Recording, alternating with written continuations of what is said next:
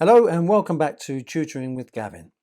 In this video tutorial, I'll be analysing the character of Ophelia in William Shakespeare's Hamlet. Ophelia's role in the play revolves around her relationships with three men. She is the daughter of Polonius, the sister of Laertes, and up until the beginning of the play's events, she has also been romantically involved with Hamlet. The medieval tradition that the father's word is unquestionable controls Ophelia, and unlike Shakespeare's Juliet, she decides to obey her father, causing the disintegration of trust between her and Hamlet. Her lie to Hamlet that Polonius is home when he is hidden in the room eavesdropping means that Ophelia cannot exist happily in both worlds. She's young, without a mother to advise her, and is forced to make a choice between obeying her father and being loyal to her romantic love. This decision, which effectively seals her fate, pushes her towards madness as she is ill-equipped to deal with the contradictory selves this cynical patriarchal society demands of her. As with many of Shakespeare's tragedies, there are too few female characters,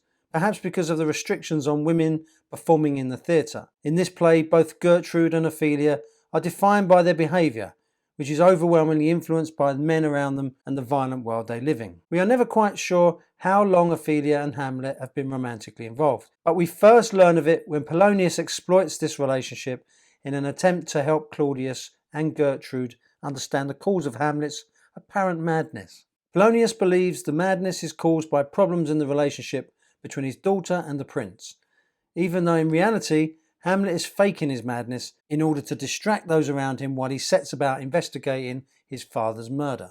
Hamlet feels betrayed by her and begins to bully and abuse her with his increasing acts of lunacy, cruelly suggesting she become a nun and making crude sexual comments towards her. Perhaps the final act of brutality by Hamlet, the murder of her father, sends Ophelia into a sudden spiral of insanity. The juxtaposition of her genuine mental decline with Hamlet's fake madness makes her death so much more poignant. After her apparent suicide, Hamlet claims to grieve her, but these feelings of love come too late.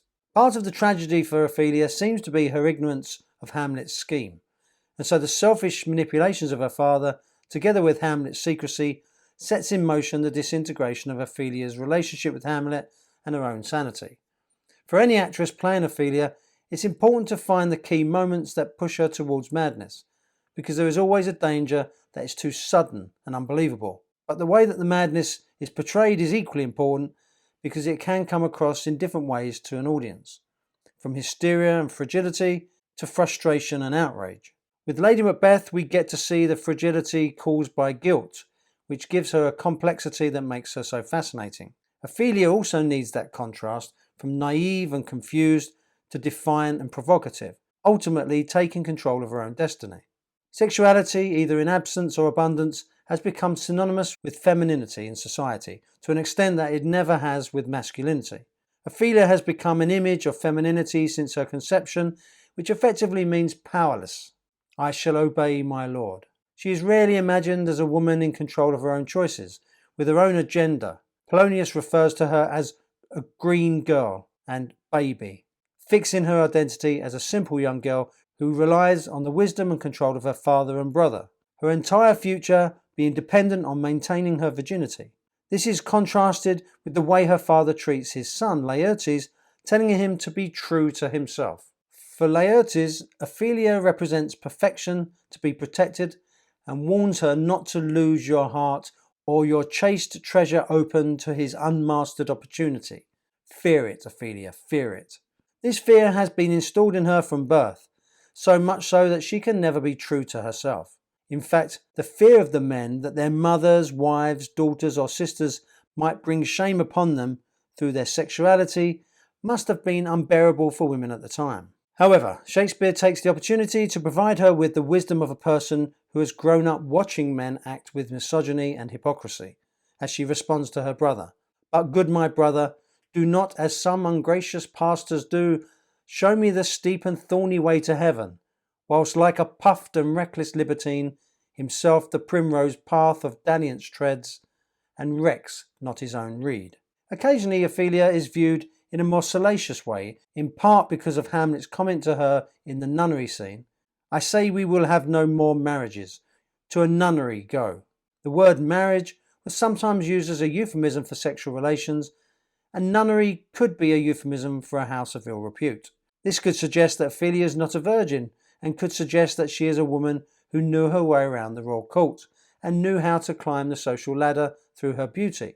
Ophelia's songs in Act 4 could also be read in this way. However, if Hamlet is referring to a sexual relationship with her, it seems to come from a male power. He is a prince, and she is not part of the royal circle.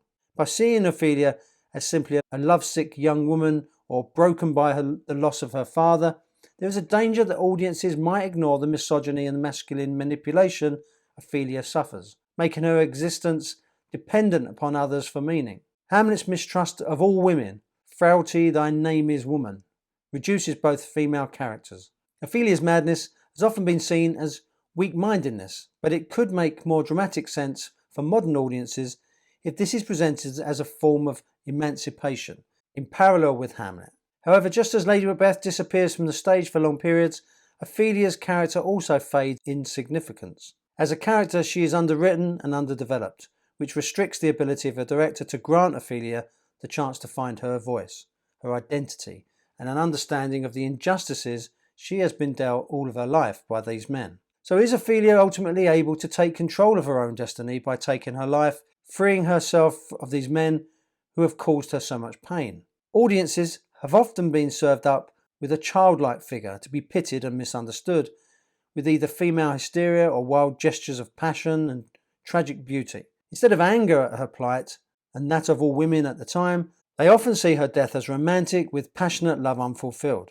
With Gertrude's romanticised monologue in Act 4, Scene 7, focusing on the beauty and peacefulness of Ophelia's death, it lacks the tragic sense of injustice, as if calm and normality have been restored. The romanticised monologue acts as a distraction for the true tragedy, and leaves the audience with a feeling that the loss of her beauty and innocence are to be mourned, rather than the injustice of a wasted life.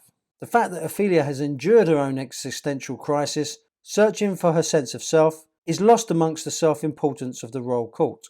Her only autonomy, that of suicide, is often treated by audiences or critics as a failure and a flaw, rather than a conscious decision not to be defined by men around her. Well, I hope this has helped in your revision. If you like the video, please give it a thumbs up, and please subscribe to the channel so that I can continue to make these free video tutorials. Until next time.